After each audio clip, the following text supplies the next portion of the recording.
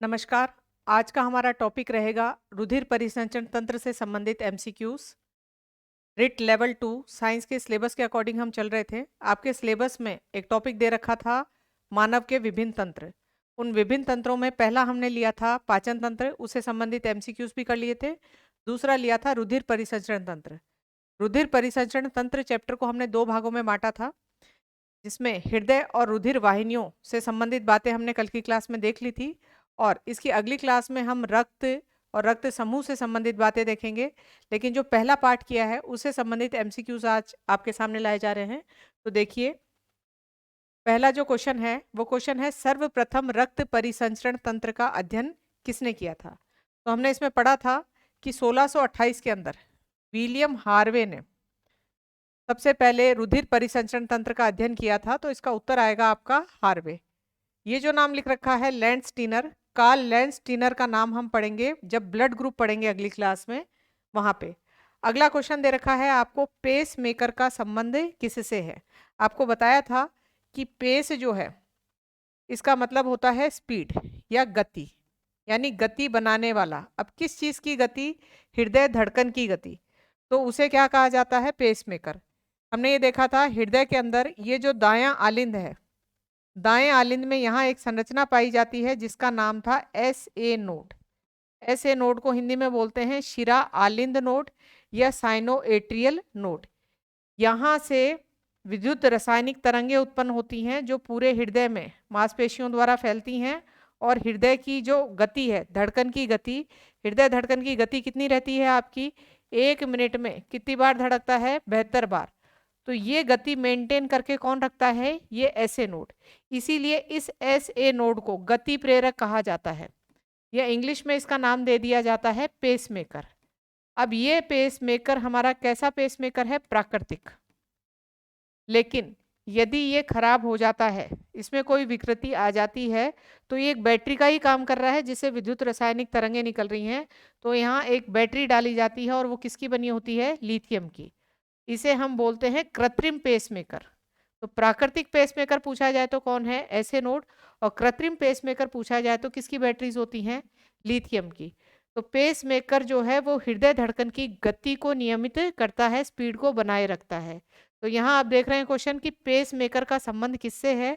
तो इसका संबंध किससे है? हृदय से, क्योंकि ये पेसमेकर, ये ऐसे नोड कहाँ पाया जाता है? हृदय में। अगला क्वेश्चन आप देखिए, पेसमेकर का कार्य है, अभी बताया आपको, दिल की धड़कन प्रारंभ करना और गति को नियमित रखना। ये किसका काम होता है? पेसमेकर का। गति प्रेरक किससे संबंधित है? सेम क्वेश्चन है। ये शब्द आपको किसमें दे दिया? हिंदी में। तो गति प्रेरक किससे संबंधित है? हृदय से। आगे देखिए, निम्नलिखित में से किनकी भित्तियों पर रक्त द्वारा डाले गए दाब को रक्तदाब कहते हैं। ये बताया था आपको। यदि आपसे ब्लड प्रेशर, बीपी, या हिंदी में बोल दीजिए रुधिर दाब की परिभाषा पूछी जाए तो उसमें क्या ध्यान रखना है?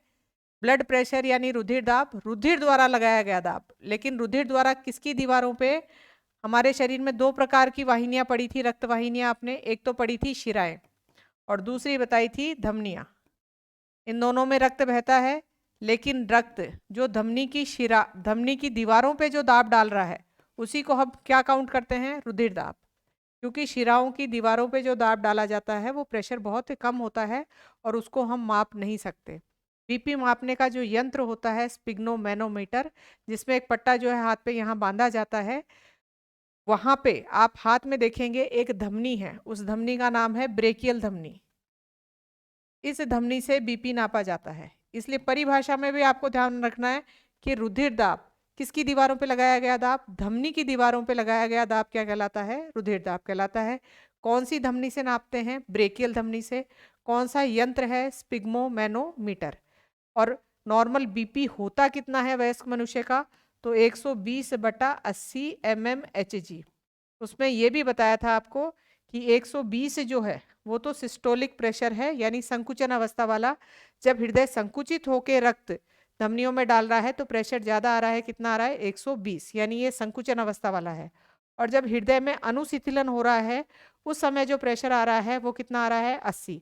तो 120/80 mmHg ये नॉर्मल बीपी है। तो यहाँ ध्यान रखें। ये क्वेश्चन देखिए, किनकी किन की भित्तियों पर रक्त द्वारा डाला गया दाब? तो किन की भित्तियों पर? धमनी की भित्तियों पर। अगला है सोते समय रुधिर दाब में क्या परिवर्तन आता है? तो सोते समय हमारा जो रुधिर दाब है, ब्लड प्रेशर क्या हो जाता है? कम हो जाता है, क्योंकि शरीर की एक्टिविटीज भी क्या हो जाती हैं? कम हो जाती हैं, तो ब्लड का प्रेशर जो है दीवारों पे कम। रुधिर दाब मापक यंत्र है, ब्लड प्रेशर जो है वो किससे नापा जाता है? तो ब्लड प्रेशर जो है वो किससे नापा जाता है? स्पिग्नो मैनोमीटर से।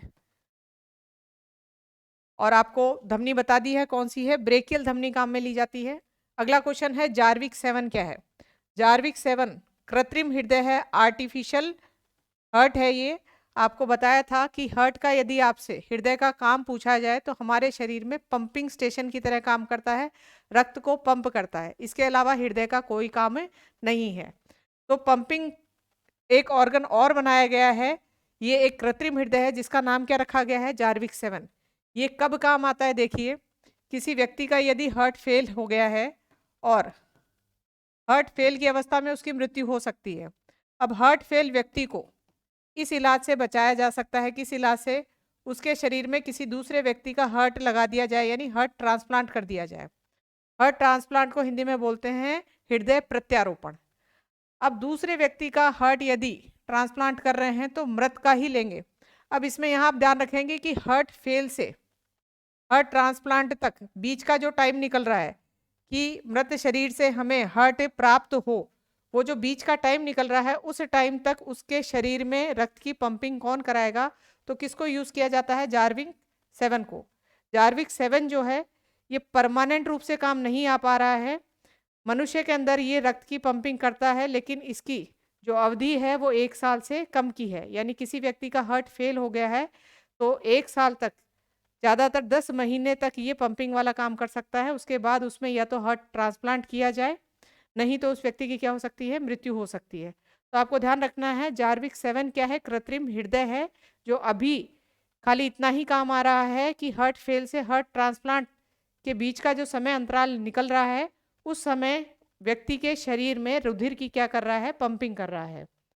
अगला देखिए, इसमें लब डब ध्वनि किस कारण, किसकी क्रिया के कारण उत्पन्न होती है? तो ये देखिए, आप हृदय के अंदर आपको बताए थे आलिंद और जो निलय थे, इन आलिंद और निलय के बीच में क्या पाए जा रहे थे? वाल्व पाए जा रहे थे। दाएं भाग में आपको बताया था ट्राइकस्पिड वाल्व था, और बाएं भाग में कौन सा था? बाइकस्पिड, आलिंद और निलय के बीच में। इधर हमने देखा था कि दाएं निलय से धमनियों के अंदर जब ब्लड जा रहा है तो यहाँ पे भी एक अर्धचंद्राकार वाल्व था, और यहाँ पे जो महाधमनी लगी थी वहाँ पे भी अर्धचंद्राकार वाल्व था, जिसे हम महाधमनी वाल्व भी बोलते हैं। यानी ये 4 प्रकार के वाल्व जो हैं, या जिसको हम बोलते हैं कपाट, ये किस में थे? हृदय में। और इन कपाट का एक ही काम होता है, एक ही मकसद होता है कि जब ये संकुचन करें उस समय ब्लड जो है उल्टा फ्लो ना हो जाए, यानी निलय से वापस आलिंद में न चला जाए। ये चीज़ें हमने पढ़ी थी। तो यहाँ ध्यान रखना है, जब ये कपाट बंद होते हैं उस समय आवाज आती है हृदय के अंदर, और वो जो ध्वनि आती है इनके बंद होने पे, उन ध्वनि को बोलते हैं लब डब, ये आवाज आती है। तो इसे हर्ट साउंड कहा जाता है, और ये हर्ट साउंड किसकी वजह से आती है? कपाट के बंद होने की वजह से आती है। यहाँ ध्यान रखें, ये लब डब हमें नहीं सुनाई देती, क्योंकि इनकी आवृत्ति क्या होती है? कम होती है। और हमने ध्वनि वाले चैप्टर में पढ़ा था कि कम आवृत्ति वाले जो आवाजें हमें सुनाई नहीं देंगी उन्हें हम क्या बोलते हैं? अवश्रव्य, अवश्रव्य तरंगे बोलते हैं, या फिर इंग्लिश में बोला जाता है इंफ्रासोनिक वेव्स। और इंफ्रासोनिक वेव्स जो है वह हमें सुनाई नहीं देती हैं। तो इसमें ध्यान रखेंगे, यदि पूछा जाए कि लब डब क्या है, तो ये हृदय के वाल्व जो हैं, कपाट हैं, उनके बंद होने से आने वाली आवाजें हैं। सुनाई क्यों नहीं दे रही हैं? क्योंकि ये इंफ्रासोनिक वेव्स हैं, इनकी आवृत्ति क्या है? कम है, इसलिए हमें सुनाई नहीं दे रही हैं।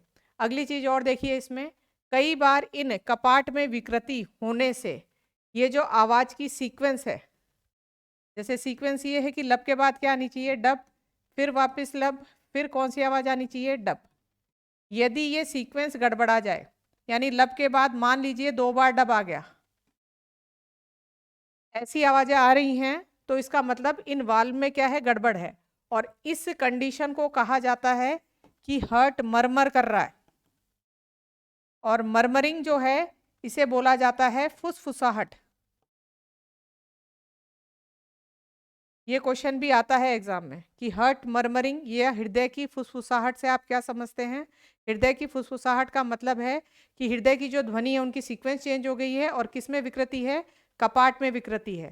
तो ये चीज़ ध्यान रखेंगे। अगला देखिए, मनुष्य के शरीर में हृदय को एक बार धड़कने में कितना समय लगता है।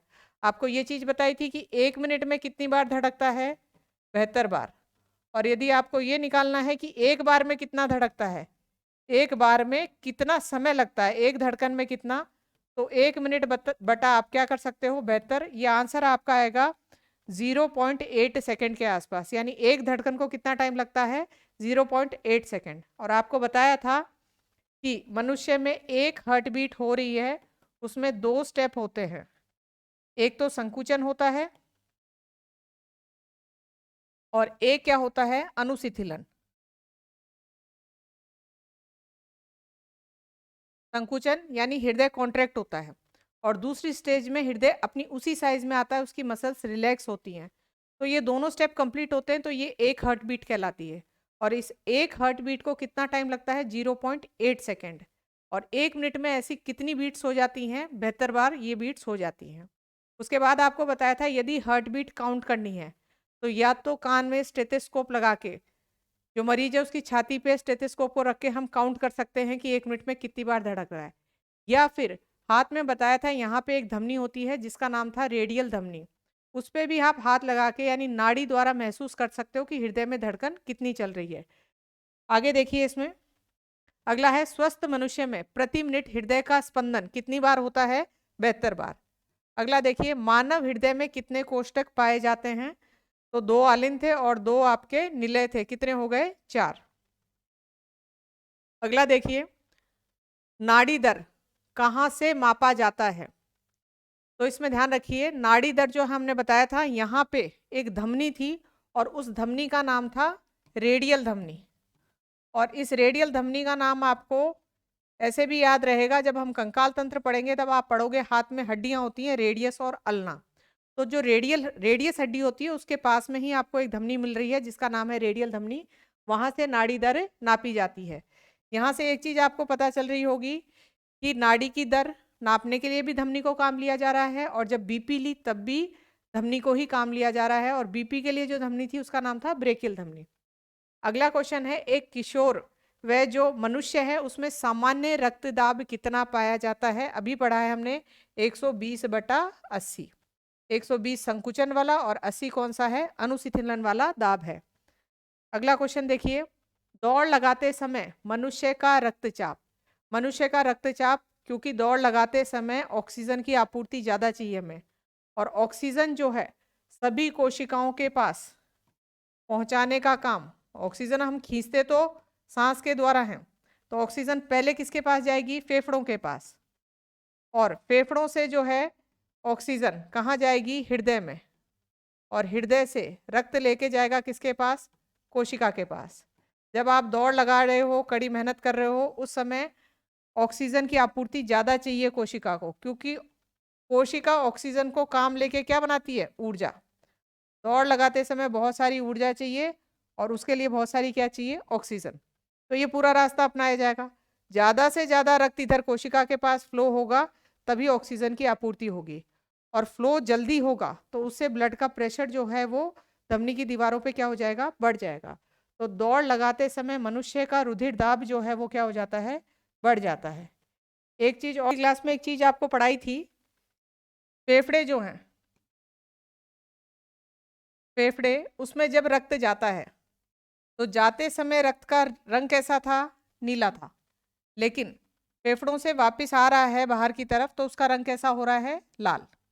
फेफड़ों के अंदर जो रक्त ले जा रही है उस रुधिर वाहिनी का नाम जो है हमने क्या रखा था, फुफ्फुसीय धमनी। क्या नाम था, फुफ्फुसीय धमनी। और ये पढ़ा था कि ये एकमात्र धमनी है जो कैसा रक्त ले जाती है, अशुद्ध रक्त ले जाती है। और जब वापस ला रही थी वहां से तो वो कौन सी है? फुफ्फुसीय शिरा। ये एकमात्र शिरा है जो कैसा ला रही है? शुद्ध ला रही है। अब यहां देखिए आप, ये रक्त कौन सा आ रहा है? शुद्ध। और इधर रक्त जब गया तब कौन सा है? अशुद्ध। अब ये शुद्ध अशुद्ध कैसे हुआ? आपको बताया था, शुद्ध रक्त का मतलब होता है, साफ नहीं है, शाब्दिक अर्थ नहीं लेना है, शुद्ध का मतलब है उस रक्त में क्या है? ऑक्सीजन। और अशुद्ध का मतलब है उसके अंदर क्या चीज है? Carbon dioxide. यानी फेफड़ों ने कार्बन डाइऑक्साइड तो रक्त में से ले ली और ऑक्सीजन उसके अंदर डाल दी। यहाँ पे जो प्रक्रिया हुई है, फेफड़ों ने क्या किया है? रक्त का ऑक्सीजनीकरण। ये शब्द याद रखेंगे, रक्त का क्या किया है? फेफड़ों ने ऑक्सीजनीकरण। इसे ऑक्सीकरण नहीं बोलना है, ऑक्सीकरण रासायनिक अभिक्रिया होती है। किसी भी चीज का जलना या दहन जो है उसमें रासायनिक अभिक्रिया होती है जिसे हम ऑक्सीकरण कहते हैं। यहाँ पे रासायनिक अभिक्रिया नहीं हुई है, फेफड़ों ने ऑक्सीजन रक्त में ऐड की है, उसे कहा जाता है ऑक्सीजनीकरण। यहाँ एक कंफ्यूजन हो जाता है कि अशुद्ध रक्त गया और कौन सा रक्त आया है? शुद्ध आया है, इसका मतलब शुद्धिकरण हो गया। सफाई नहीं हुई है रक्त की। रक्त की सफाई जो है वो गुर्दे में होती है। किडनी के अंदर रक्त क्षमता है, प्रक्रिया होती है डायलिसिस। हम जब उत्सर्जन तंत्र पढ़ेंगे उस समय आपको बताया जाएगा, लेकिन यहाँ कंफ्यूजन दूर करना है। यदि क्वेश्चन आए कि रक्त का ऑक्सीजनीकरण कौन सा अंग करता है, तो फेफड़ा। गुर्दे क्या करते हैं? शुद्धिकरण करते हैं, ऑक्सीकरण नहीं करते हैं, ये भी ध्यान रखना है। तो ये चीजें आपकी यहाँ ध्यान रखेंगे। आगे है मानव शरीर में हृदय का कार्य। पूरा चैप्टर पढ़ाते समय यही समझाया था कि हृदय का सिर्फ एक काम है, पंपिंग स्टेशन की तरह काम करता है, जो रक्त को पूरे दिन शरीर में बहाता रहता है। तो यहाँ ध्यान रखेंगे, इसका उत्तर आएगा पंपिंग स्टेशन की तरह काम करना। अगला है शरीर की विशालकाय धमनी। तो हमने जो चित्र देखा था इसमें, ये इसका बायां भाग जो था, बायां आलिंद, बायां निलय, बाएं निलय से एक बहुत मोटी धमनी निकलती है, उसका नाम है अरोटा। उसे क्या कहा जाता है? अओर्टा। तो इसका उत्तर आएगा अओर्टा। अगला है स्वस्थ मानव में शरीर में रक्त की कुल मात्रा कितनी पाई जाती है? तो इसमें ध्यान रखना है, शरीर के वजन का लगभग 7% भाग जो है वो क्या होता है? रक्त। अगला क्वेश्चन है, एक वयस्क मनुष्य में रक्त का औसत आयतन कितना होता है? तो एक वयस्क मनुष्य जो स्वस्थ है उसके शरीर में औसतन रक्त की मात्रा पाई जाती है 5 से 6 लीटर। और इस 5 से 6 लीटर को यदि आप मिलीलीटर में करेंगे तो ये पड़ेगा 5000 से 6000 मिलीलीटर। यानी इतना रक्त एक वयस्क मनुष्य में पाया जाता है। लेकिन अब आगे देखिए, जब रक्त दान किया जाता है, हम 1 यूनिट रक्त दान कर रहे हैं, उस 1 यूनिट में कितना रक्त लिया जाता है? 350 ml। तो ये अंतर देखिए, 5000 6000 मिलीलीटर में से कितना रक्त दिया गया है? 350 ml। इसलिए रक्त दान करना चाहिए, कोई बहुत बड़ी जो है मात्रा रक्त की शरीर से नहीं निकाली जाती। अगली चीज जिसमें आप और ध्यान रखेंगे, ये 350 ml जो रक्त लिया जा रहा है, इसकी कमी शरीर जो है वो 24 घंटे के अंदर पूरी कर लेता है। यानी 24 घंटे के अंदर अंदर ये 350 ml जो रक्त है ये वापस बन जाता है। तो ये हमने रुधिर परिसंचरण तंत्र का जो पहला पार्ट था उससे संबंधित MCQs हैं, कंप्लीट किए हैं। अभी इसका दूसरा पार्ट पढ़ेंगे और उससे संबंधित MCQs भी आपको करवाए जाएंगे। धन्यवाद।